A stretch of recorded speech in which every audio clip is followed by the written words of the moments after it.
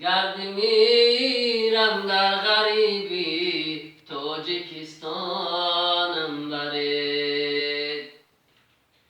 گر بمیرم در غریبی تاجیکستانم بره. با دعای خیر و با آیات قرآنم بره. با دعای خیر و با آیات قرآنم بره. کرده از خاطر پریشانم غریبی سالها. کرده از خاطر پریشانم غریبی سالها. بعد مرگم سوی خویشانی پریشانم بره. بعد مرگم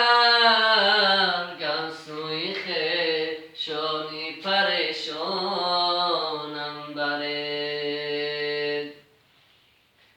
من برای رزق پاک و پاره نان آمدم.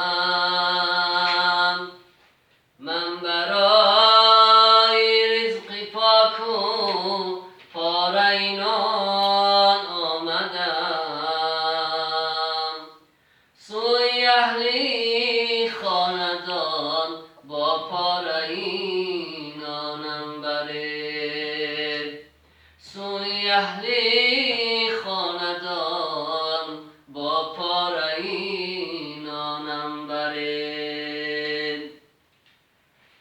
در غریبی جسم و جانم سخت رنج التماس.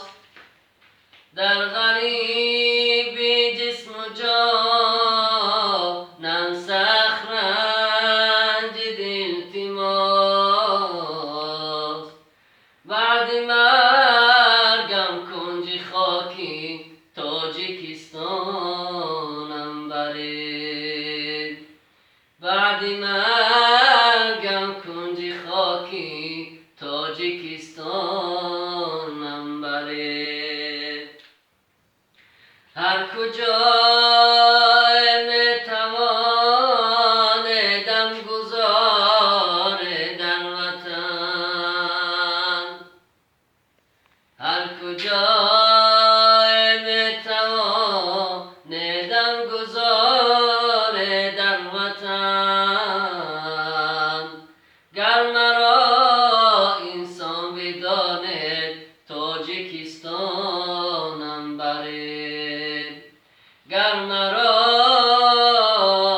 انسان بداند تاجیکستانم بره.